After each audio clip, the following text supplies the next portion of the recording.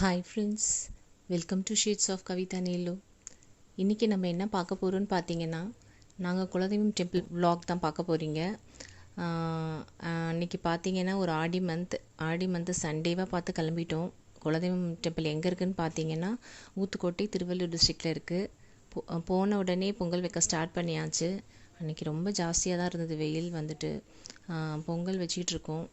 அதுக்கப்புறம் பார்த்திங்கன்னா பின்னாடியும் நிறைய பேர் பொங்கல்லாம் வச்சிட்ருக்காங்க.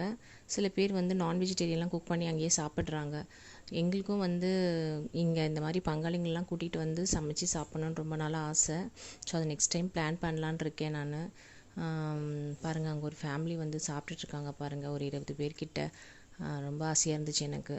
அந்த மாதிரி வந்து நாங்களும் வரணும்னு சொல்லிட்டு.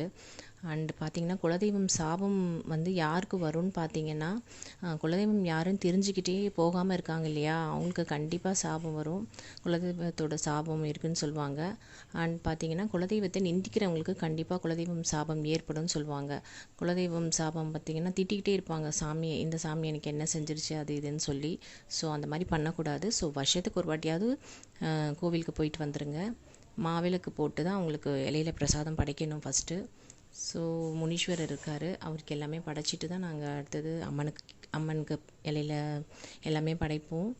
பின்னாடி புத்த அம்மன் இருக்காங்க, அவங்களுக்கும் பூஜைலாம் போட்டுட்டு கற்பூரம் ஏற்றிட்டு அங்கேருந்து பிடிமண் கொண்டு வருவேன். அதை வீட்டு வாசலில் கட்டினா ரொம்ப நல்லது, நில வாசலில். அப்புறம் எல்லாம் முடிச்சாச்சு, பிரசாதம்லாம் சாப்பிட்டுட்ருக்கோம். அவ்வளோதான், திரும்பி கிளம்பியாச்சு. ரொம்ப க்ரீனிஷாக இருக்கும் அந்த ஊர். மழை வேறு ஸ்டார்ட் ஆகிடுச்சு நாங்கள் கிளம்பும்போது. தேங்க்ஸ் ஃபார் வாட்சிங்.